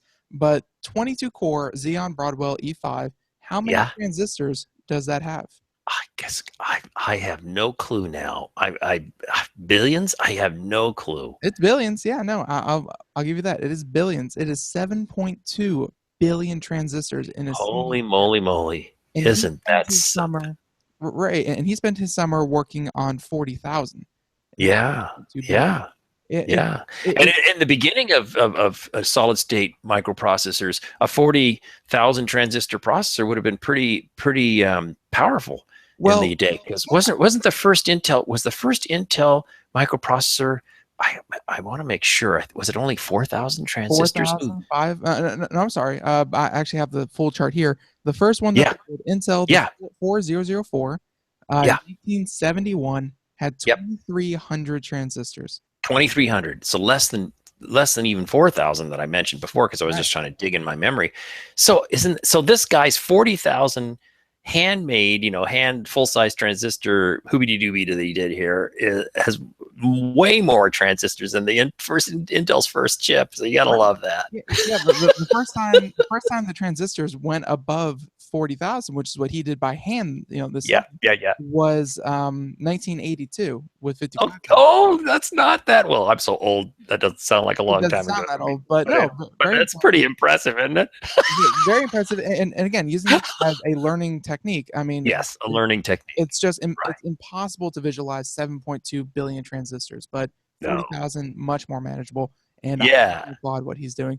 And real quick, music means we have to take a break. Right on time. And again, it's flying right on by. And check out computeramerica.com. I want to keep drilling that into your heads for all the show notes and for today's show, past show, and everything like that. And we have another half hour here as we finish out the Friday with Ralph Bond, as we continue doing all of these great articles. So stay right there. And no, actually we won't. But stick around, and we have more to come here on Computer America. Hi, this is Craig Crossman, host of the Computer America Show. You have important meetings to schedule. Your company's getting ready for its IPO, and you're in charge of the PTA fundraiser this month. So how do you coordinate everyone to be available at the same time? Are you still using emails, phone calls, even text messages to schedule meetings with a group of people? How's that working out for you? Not so great, huh? It's a fact that every day, millions of people suffer from scheduling headaches. Well, with Doodle, scheduling meetings with a group of people is quick and easy. With Doodle, you can easily propose available times to each member. Each one checks off the times that they are available, and then you simply pick the time that works best for the group, all in an easy-to-read display that integrates with your existing calendar. Nothing could be more simple. Give Doodle a try for free, and like millions of Doodle users, you'll truly see how easy it is to find the perfect date and time for all your meetings. That's www.doodle.com. Looking for a best friend? Brother Wolf Animal Rescue has your best friend waiting just for you. The mission of Brother Wolf Animal Rescue is to help build a sustainable, no-kill community where no dogs or cats are ever killed for population control, where true euthanasia is reserved only for animals who are irremediably suffering, or for animals who are truly a threat to society and with no hope of rehabilitation. Brother Wolf staff and volunteers go door to door, neighborhood by neighborhood, to educate citizens about local resources available for at-risk pets and to help their families connect with those resources. Brother Wolf's community-based approach to no-kill helps keep family pets healthy, happy, and in their homes and out of the local shelter system in the first place. For more information or to make a tax-deductible donation to this wonderful 501c3 organization, visit their website at www.bwar.org. Help to realize Brother Wolf's vision when no animal is euthanized for lack of a home. Who's a good boy?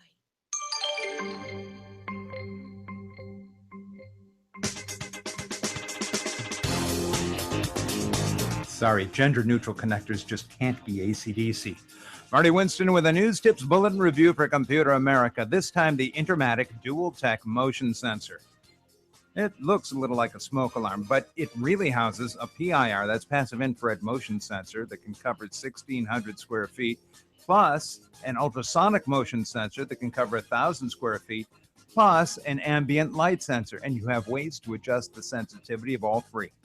It's made for wiring into AC power and selectively powering a load like a light or a motor when either or both you choose of the motion sensor's triggers and when the ambient light level you set is appropriate. You can also set between 5 seconds and half an hour how long the load remains powered when it triggers. So bottom line, the Intermatic dual-tech motion sensor can bring automation to any room, battery-free. Marty Winston, News Tips Bulletin for Computer America. Welcome back to the Computer America Show. It is 30 minutes past the hour as we continue on here with Ralph Bond, and we are only, let's see, we just finished up story number 7. Yes, 7 of what I believe to be 20 stories. Or 18 at least. I don't remember. 18 stories. You were absolutely right. So 7 of 18. We're making good progress. Good progress. Sure, we're doing great. but of course, like Ralph said, you can always go back and read because they're all very interesting, and they're all handpicked by Mr. Ralph Bond himself. And again, computeramerica.com, find it there, easy enough. And and again, maybe if you're not listening to this live, that will be available on our homepage for the next couple of days at least. So. And I guess continuing on here, we just finished up 40,000, transistors again as a learning experience, and very very cool, for him to do. And yes, I don't know how I feel about about that particular shaming method, about how he thinks that everyone should go out there and wire their own computers. But the author made a good point that people are out there doing amazing things. Okay, so story 8's not bad, where North Korea launches Netflix-like streaming propaganda service called Manbang. And I got to be honest, I've been looking everywhere for a Netflix-style propaganda service. So, Ralph, from North Korea. What did North Korea do to solve this ever dire hole in the market? When you see a headline like that, you can't pass it up, right? It's too bizarre. So this story I picked up on, and it was covered by several outlets as well, not just by this one, but it's just boingboing.com, and there was no author cited. And there's a link in here for the story. There's also a link to see the video, and the video, of course, is all in Korean, so I certainly didn't understand it. But just the story was just so odd. And this is, okay, so this is what they've said in the story. It says, despite its name, Manbang is not a gay male pornography site. Actually, it's a Korean word. Right. Kim Jong-un's regime unveiled the service today, and I don't remember the date this story was filed, but very recently. So Kim Jong-un's regime unveiled the service today as a propaganda-filled streaming service delivering on-demand videos to televisions through a set-top box. Just if those poor people in North Korea, don't they have enough troubles? They must be so starved for entertainment that they all can you imagine? They all just want to sit around watching Narcos, and they do not have access to Narcos. They don't have access to it. I just, really. Anyway, the story goes on to say, a North Korean news report says Manbang is further proof of the reclusive nation's socialist cultural power and allows citizens to watch their country make a leap forward every day, every hour. And actually, by the way, there's a reference here. Netflix made a little joke on Twitter about all of this and now describes itself as a Manbang knockoff in its bio. Isn't that funny? It says, there's a quote here from Kim Jong-min, head of the center in charge of providing information and technology in North Korea. It says, if a viewer wants to watch, for instance, an animal movie and sends a request to the equipment, it will show the relevant video to the viewer. This is a two-way communications experience. Yeah, two-way with only what you want them to hear coming back. It says English and Russian language learning materials also provided in the service. The service doesn't appear to be available outside of North Korea. There's a little quote here from, or a little reference from the New York Times story about this, because you can get a link here and see that too. The technology launch came just a few days before the North Korean leader successfully tested a ballistic missile that he said could hit parts of the continental United States. So that's a lovely coincidence. Very few of the country's roughly 25 million citizens are permitted access to the actual internet. Content that can be streamed is largely restricted to state-run television and propaganda-filled film. Well, I am really having a Friday senior moment here. Let's try that again. Content can be streamed is largely restricted to state-run television and propaganda-filled movies. There you go. Yeah. Please run your scanners, run your everything after you click any of the links in this story, because Lord only knows.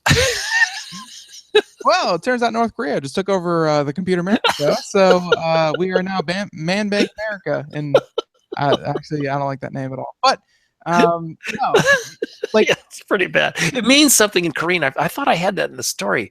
The word means something like, I don't know, video or something like that. It doesn't mean what it sounds like in English.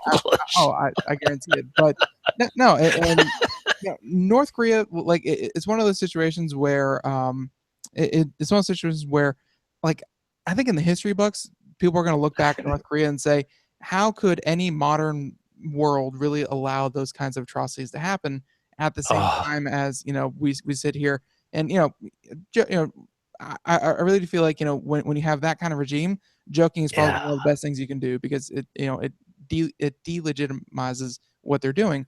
But I mean, the idea of this whole, man-bang kind of video, I don't think they have cloud services really nailed down yet. I mean, like, I've seen some of their technology in some of their videos. Like, they barely have like Windows 95 and the internet. So for like, they said a two-way communication for the videos, I think it's kind of interesting that the way that was kind of written makes it sound like you sit down in front of a cable box and you make a weird request, like animal videos or learning material, and it sends a request, and then it sounds like there's someone sitting on the other end with a database full of files, and they push to you something that is approved, that is related to your search query. Like, let's hope it's not a human being that has to sit there and do that. But I get your point. I really do think it is. They said two-way communications. I think someone is pushing these. Just crazy. Did you ever see that comedy movie, The Interview? I love The Interview. That was really good. That was it was so off the top and totally ridiculous. And hey, The Interview, I think, is actually an exclusive to that to the Man-Bang knockoff, which is a so Hey, I'm sure it is. You can find it on there. Definitely go check that out. But oh my goodness, let's not go too long on North Korea, because that's very depressing. That is a very depressing topic. Let's see. We have a Parrot's hybrid drone, and this is a cool looking thing. Yeah, it's not half bad. And as far as drone goes, I think everyone's used to kind of the quadricopter kind of deal. Yep. This is much more stylized. Yeah. This is cool. It's Parrot's hybrid drone. Looks ready to blast the Death Star. Yeah, well, actually, it wouldn't, because it looks like the kind of oh no, wait a minute. The good guys had those wings that kind of split apart, right? Guys had the X-wings, and the bad guys had. That's right. Oh, and the TIE fighters were the okay. I got it. I got to get my Star Wars stuff straight in my head here. This is a story from Engadget, a story by Steve Dent. And there's a great video embedded in the show notes here you want to go take a look at, because it's a pretty cool, it's a cool variation on a drone, a quadcopter drone, and I think it's pretty nifty. So the story says, remember when drones used to be fun toys, not a serious business regulated by the feds? Parrot does, judging by its two latest models, the Mambo and Swing. So actually, we'll talk about two. The $139 Swing looks like a lot like an X-Wing fighter from Star Wars, but the wings aren't just for show. After a regular vertical takeoff, you can make it like a V-22 Osprey and transition to horizontal flight. That's cool. You got to see the video to get this. Hitting speeds of up to 18 miles an hour. Then it does high-speed acrobatics or aerobatics, including turns, U-turns, half flips, and loops, all with amazing fluidity and stability, the Parrot news release claimed.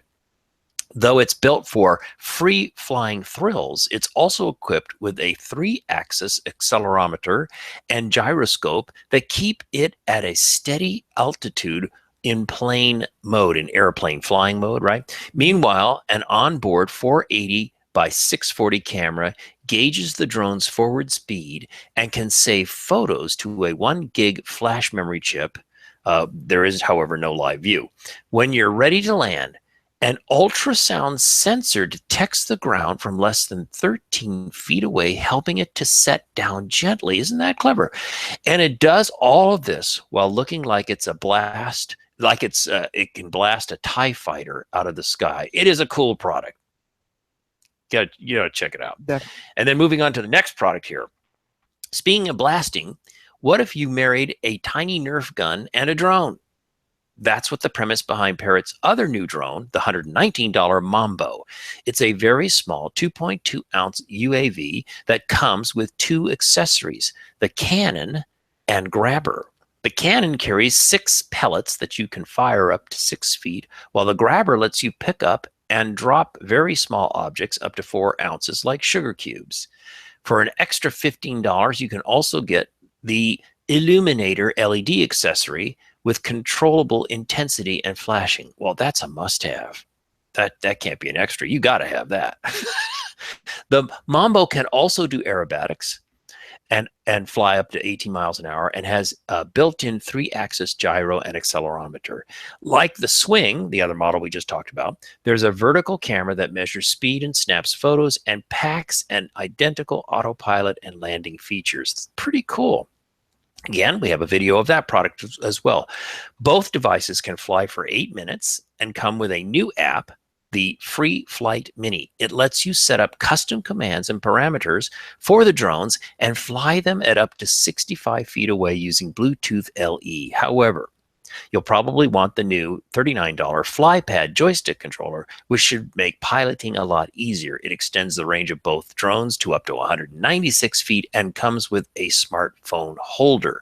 Both drones and the FlyPad arrive in September of this year. So cool little drone products. I just love the look of them, and just the humor of the Mambo one with the grabber and the cannon. For sure. Yeah, no, like I've seen so many drones lately, and they all kind of like, I don't want to be the next commercial drone, but it's good to see drones that are, hey, just for hobbyists and just for getting into it. Although the Swing, though, definitely a very cool idea where, vertical takeoff, and, kind of horizontals itself out, and then it can fly even faster. That's very cool. Agree. I thought that was really a particular, and I love the bit about the sensors. So you're 13 feet above the ground, it starts sensing to give you assisted landing. Oh yeah. I like that a lot. I think that for a hobbyist would be good. Ralph, have you ever flown any drones? I did just a quadcopter for a few minutes at a trade show about a year ago, and it was a freaky experience. It was kind of fun. I would have liked to have done more, but I had an expert right by my side, so I really wasn't doing it all by myself. I had or at least I received actually from a trade show, I received like a very, very cheap little toy one, like $30. They are not the easiest thing to fly. So any kind of like assisted, technology that is flying, I'll take that in a heartbeat. It's like I said earlier about cars, bring on all the assisted lane change, stopping, braking, help me out. I need all the help I can get. Exactly. And actually our next story kind of ties in with that, and ties in with printed technology as well. I mean, this thing has everything. It has 3D printing, it has self-driving, it has public transportation. It has a lot. So and by the way, it's adorable. So it is kind of cute, isn't it? Yeah, you're right. I love this story because again, it had the autonomous vehicle angle. That's very sexy right now. 3D printing is part of this story too. You can't go wrong with that. This is from this is from a trade publication that I follow for my job a lot, called BIM Plus, and BIM stands for Building Information Modeling. And if you're interested in that, go out to www.autodesk.com/BIM, BIM, and you can find out what the heck BIM is. And it's absolutely drop dead fascinating. It's for the building and construction industry. It's all about intelligent 3D models and so forth. And go out and spend some time in that website and learn. and you'll understand. But anyway, this magazine called BIM Plus, it's a publication in the United Kingdom, covers usually building information modeling, design for buildings and infrastructure and that sort of thing. But they had this story, and I thought it was really cool, by Joe Quirk. And the picture is adorable. I love the look of this little thing. It's all about this autonomous minibus hits the road in the United States. So cool pictures. It says car maker Local Motors has partnered with IBM to create Ollie, the world's first self-driving electric minibus whose chassis is manufactured using 3D printing. So that's what makes it a first, not the first self-driving minibus. There's others out there, but it's the fact that it has a 3D printed chassis that makes it unique so far. The automated vehicle, which can carry up to 12 people, is already moving passengers around Washington, D.C., and later this year will branch out to Miami and Las Vegas. It takes about 24 hours to print an Ollie, the chassis that is, after which it is fitted with its battery and an IT system that makes use of IBM's Watson cognitive learning technology. The story has great layers to it, doesn't it? Passengers will be able to flag down an Ollie in much the same way they hail a cab using an Uber app. Let that sink in for a second. Isn't that clever? Watson will then be able to interact conversationally with them, discussing topics about how the vehicle works, where they are going, and why Ollie is making specific driving decisions. So you get into this Ollie, and it's going to talk to you. You'll have a conversation with it. That's kind of interesting, right? And you can read more about this in Global Construction Review magazine. I encourage you to check that out too. Goes on to say, though, the chattiness of the IT does not distract from its driving duties, according to the designers. Ollie can see farther ahead and react more quickly to situations than a human driver could. That's kind of interesting. IBM's Brett Greenstein told physics.org that Watson brings a human element to autonomous vehicles. Watson is bringing an understanding to the vehicle. If you have someplace you need to be, you can say that in your own words. So it's a natural language commanded autonomous vehicle. I kind of love that, right? Ollie understands human language. So you can talk, so you can walk in and say, I'd like to get to work. Then it lets you as a passenger relax and enjoy your journey. Well, wait a minute. With Ollie being a multi-passenger Uber hailed kind of thing, it's probably going to be, I would like to go to the Museum of Art on 5th Street or something, right? And then it's going to do its thing. So a little modification to the original story here. They're talking about a version of it that would be a personal vehicle. So goes on to say, Watson will also help Ollie to analyze and learn from high volumes of transportation data produced by more than 30 sensors embedded throughout the vehicle. Ollie's activity is supervised by a human at all times, which is interesting. So they mean remotely, I think, or in the cabin. That wasn't quite immediately clear to me. John Rogers, Local Motors co-founder, said, there is a long list of cities that are interested. Local Motors was founded in 2007 and is based in Arizona. It specializes in niche automobiles, electric bicycles, radio-controlled toys, and skateboards. Earlier this year, the U.S. pledged $4 billion for driverless vehicles, and a similar driverless shuttle is set to arrive in America this year. So interesting story on multiple levels. Check it out. There's lots of links. You can learn even more about this Ollie self-driving vehicle. Very cool.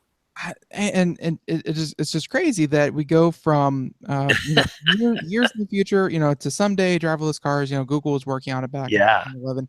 To, let's face it, $4 billion from the U.S. government. That's huge. And then, of course, later this year, we're going to start seeing them pop up in certain applications. And I'm just shocked how fast this is all going to come about. And self-driving, assisted driving, and all that kind of thing.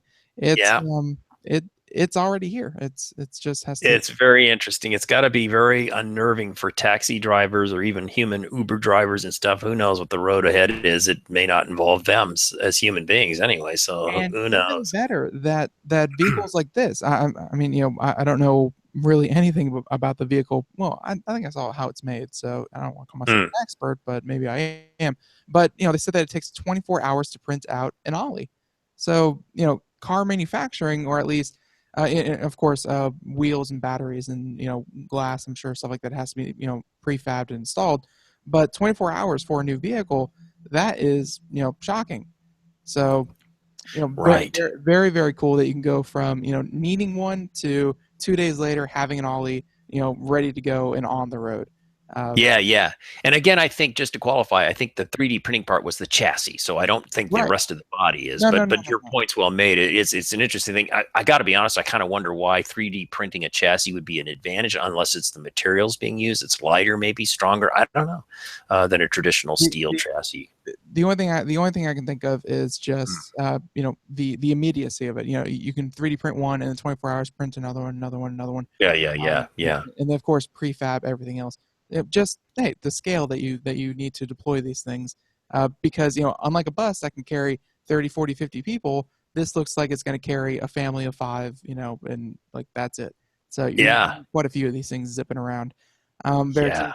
We have time for one more story. So, I mean, Ralph, if you had a favorite story that we didn't get to, or Well, let's see. Let's scroll down here and take a peek. yeah, I'm and gonna again, scroll you down and know, look for. we just did like story. Oh yeah, So I kind of like story 13.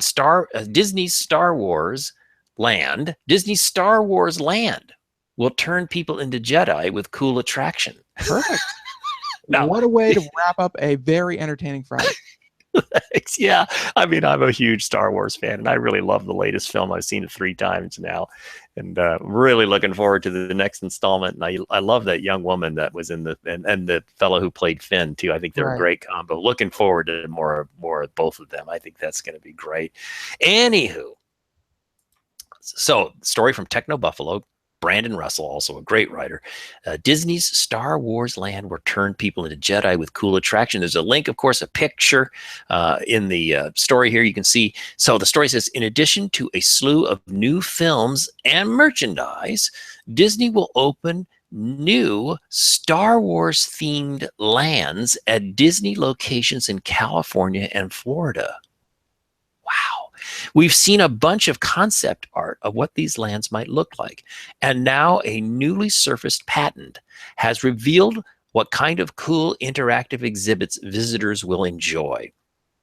Oh, you know, this is going to be huge. According to Patent Yogi via IO9, a patent filed by Disney Enterprises suggests park attendees will be able to recreate the famous scene of Luke Skywalker training with the Marksman H combat remote, right? So you remember in the first film, he's training with the lightsaber. While aboard the Millennium Falcon, Luke is seen trying to deflect non-lethal blasters with his lightsaber. At first, Luke grows impatient after being unable to feel the Force, but after some encouragement from Obi-Wan, he embraces the Force and is able to block the blaster shots without a problem. We all know the iconic scene from the film. Here's how the patent document describes the potential attraction. So here's the quote from the patent. An entertainment environment has a user with a faux lightsaber that interacts with a drone flying through the air or operated with hidden rods to appear as if it's flying through the air. The faux lightsaber has LEDs attached there to provide IR light to the drone. As the LED is turned on, an invisible light sensor built in the drone captures an image of the field of view with a bright spot at the position of the activated LED. A visible light source built into the drone then projects light through particulate matter toward a faux lightsaber. As a result, the user is provided with the illusion that the faux lightsaber has deflected a laser beam. It's probably not quite as complex as it sounds. That the method likely isn't too dissimilar to using a Wiimote at home, though it's much cooler because you can pretend to be a Jedi. Apparently, things like theatrical fog will be used in the exhibit to further give participants the illusion that they're immersed in a Star Wars universe. Disney hasn't revealed too many details about what park attendees can do when different Star Wars land parks open. However, giving people the opportunity to pretend like they're Jedi seems like a perfect way to get customers or consumers hyped about the new parks, and I would say just to further extend the whole Star Wars franchise in Disney's hands. So it was fun. I just thought this was kind of a cool thing. Disney is a master of creating experiences, and like there was a video that actually just went viral. I want to say about a month ago of a little kid in a Kylo Ren costume. Oh, okay, yeah. I don't know if you saw this, but he was escorted through Disney Park to go visit like the real, or at least the stand-in Kylo Ren, and like they had stormtroopers, and they were telling the crowds to move away, stay away from the kid, and they escorted him to the front of the line. Like Disney does amazing things with creating the illusion of these experiences. So Yeah. they do a really good job of it, and judging by Harry Potter, judging by the Avengers and everything that they're doing with Disney, like Star Wars is going to be a huge, huge, huge, not really even a moneymaker, but just a huge franchise for them to explore. And I can't. Oh gosh, yes. Well, and again, the most recent film was not 100% perfect. No film ever is, but it was such a refreshing return to the kind of core things that made the first in terms of production, the first chronologically made, starting 1977 or whatever it was. Yep. Those early films had a spirit and a feeling to them that I felt was lost in the films that came thereafter, and comes back in this last film. So Disney, thank you, and Abrams, thank you. And again, I can't wait to see one of these attractions. I'm sure it'll be just a blast. No pun intended. They definitely do good stuff. And too bad we didn't get to stories like story number 14. I love sushi, but 90 seconds. I hate how expensive sushi can be, and to see a robot Yes. make sushi in a matter of seconds. You got to see that video. Right, and it's funny. Right, and story, like stories 14, and again, there's about 6 or 7 stories that we didn't even have time to get to. Yeah. But Ralph, we have about another minute left. What are you up to?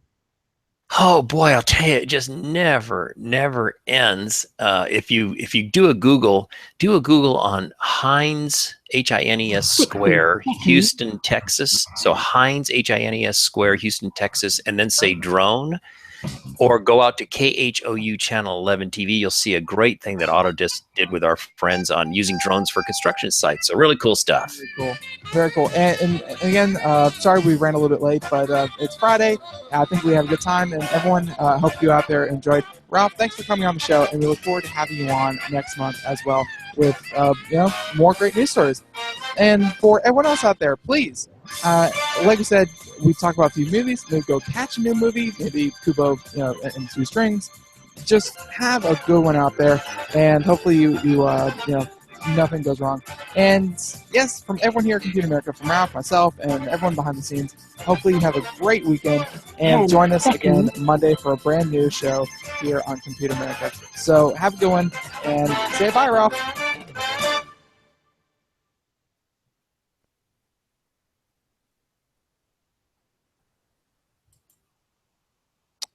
All right, and there we go. Didn't play the, your show's ended, but the show has definitely ended. We're just here on Google Hangouts.